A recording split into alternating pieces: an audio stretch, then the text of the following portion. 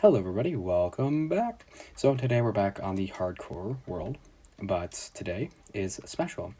We're going to have a History with Severan segment while I farm emeralds because of the villagers that I had done last time. I added 4 Fletchers in the meantime between last episode and this, so we'll be able to trade sticks. So, with that out of the way, enjoy the history lesson and money.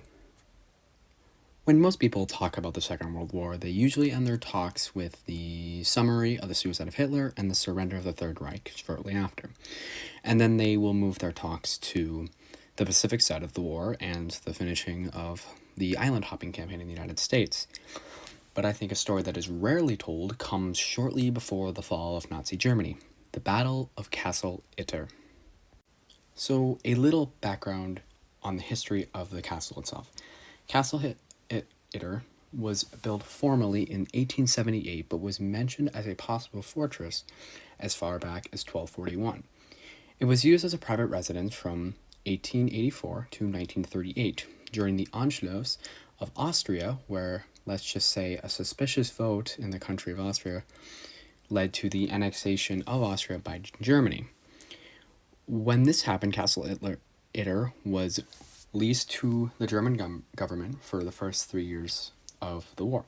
But in 1943, it was seized under the orders of Heinrich Himmler.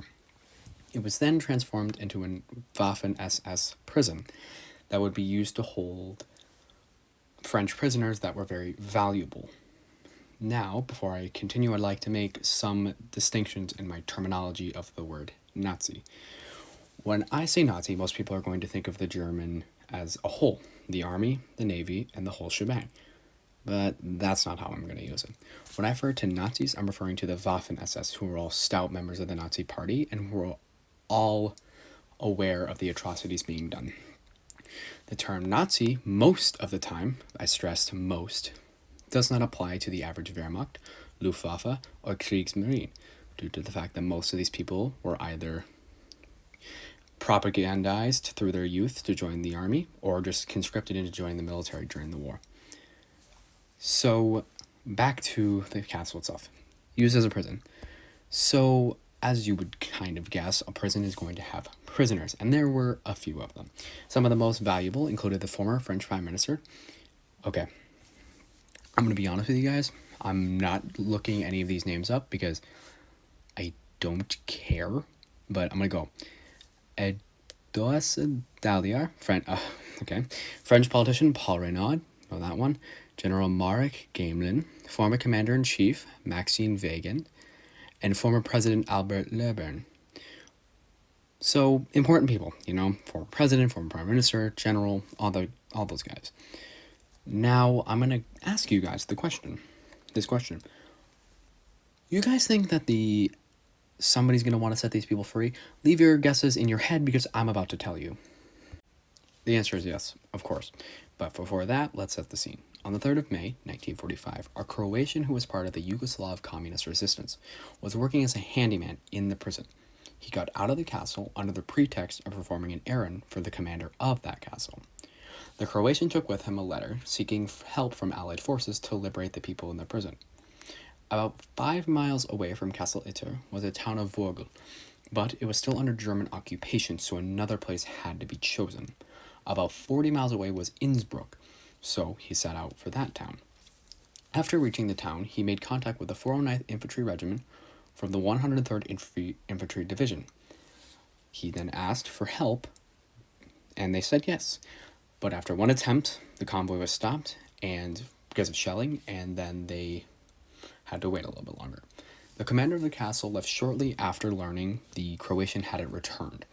After him, the SS Totenkopfband, I'm gonna pretend like I said that correctly. Germans can yell at me in the audience.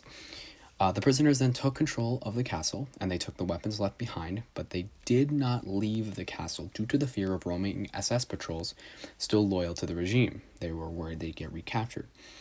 The prisoners, not knowing the fate of the first messenger, sent a second on a bicycle. He later contacted the Austrian resistance in the closer town that had been abandoned by the German Wehrmacht, but still had Waffen SS troops.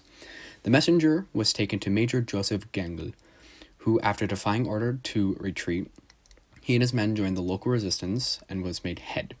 Gengel wanted to stay in the town to protect the locals because of the SS snipers shooting at people waving white flags or Austrian flags, just shooting at people.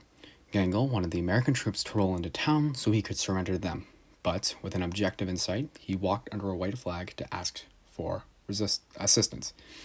Now, I would like to mention I love the fact that this man defied orders to retreat and protected the people of this town from the Nazis. Gengel then found a reconnaissance group of 4 Sherman tanks under the command of John Lee. He then asked for assistance, and being the American he was, he didn't hesitate and immediately radioed in asking for permission. Now, both German and American forces were working together to free the castle. Lee and Gengel then did a little reconnaissance. Lee left 2 tanks of his own behind, but was reinforced by 5 more and a little bit of infantry. But his reinforcements couldn't come due to the flimsiness of a bridge. So, for the assault, Lee and Gengel had 14 American soldiers, Gengel himself, Lee himself, a driver, and a truck of 10 German soldiers. About 4 miles away from the castle, they had to defeat a group of SS soldiers that were trying to set up a roadblock. Nobody was injured. The French prisoners, meanwhile, talked with an SS officer they had become friends with, and they put him in charge of the defense of the castle. Once Lee arrived, he set up a defensive position around the castle and took his own tank, Jenny, and put it at the gates. Now, before the main battle, I wanted to mention that there are about 25 to 30 men that were defending the castle. This will be important in a sec. Shortly after Lee arrived at the castle, a force of about 100 to 150 Waffen SS soldiers arrived under the command of George Buchmann. Let me say this again. 30 men max versus 150 Waffen SS.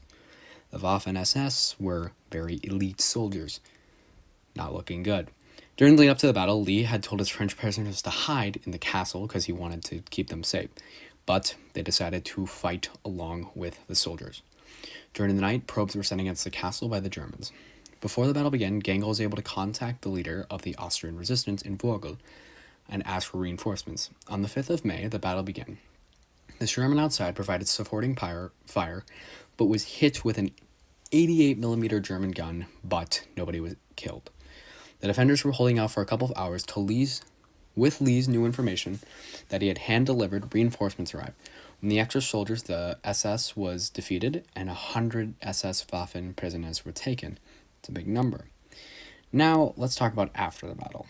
Gengel, the German major who had sacrificed everything to save the people from the dedicated Nazis, died in the battle when he was moving Paul Renaud out of harm's way. He was honored as an Austrian national hero, and he is the only casualty of the battle. Lee was given the Distinguished Service Cross, and the battle took place only 5 days before Adolf Hitler committed roadblocks on himself. Why did I tell you guys this story? Overall, not that big of a event. You know, there was a bigger war going on, the Battle of Berlin, but it is one of the only times that the German Wehrmacht and the American army fought on the same side to fight the same people. This is the story of camaraderie against a much more evil enemy. I left my sources in the description below, so you guys can check them out. All I want to say is thank you guys so much for watching. Glory to Gengel. Bye!